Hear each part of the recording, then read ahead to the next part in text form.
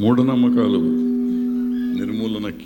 నిర్మూలన సంఘం ఇవాళ సావిత్రిబాయి పూలే గారి సందర్భంగా ఇవాళ చేస్తున్న ఈ ప్రోగ్రాంకి నన్ను పిలిచారు. అయితే నిజంగా నరేష్ చెప్పినట్టు ఆయన ఎవరో నాకు తెలియదు, నేనెవరో ఆయనకు తెలియదు.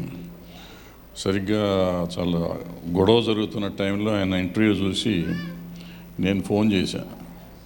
యాక్చువల్గా నేను ఫోన్ చేసి నేను తిడటానికే ఫోన్ చేశాను, తిట్టాను కూడా, తర్వాత నేను చెప్పట్లేదు.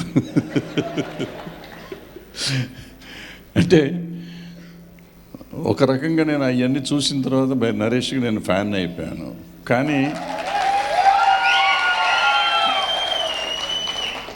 కానీ నరేష్ ఇంకొంచెం మెచ్యూర్డ్గా ఉంటే బాగుంటుంది అని నాకు అనిపించి, ఆయనతో మాట్లాడాలనిపించి వెంటనే ఫోన్ చేసి చెప్పాను, నరేష్ మనం అనుకున్నవి చాలా మంచిది, నువ్వు చెప్పిన దాంట్లో ఏది తప్పు లేదు.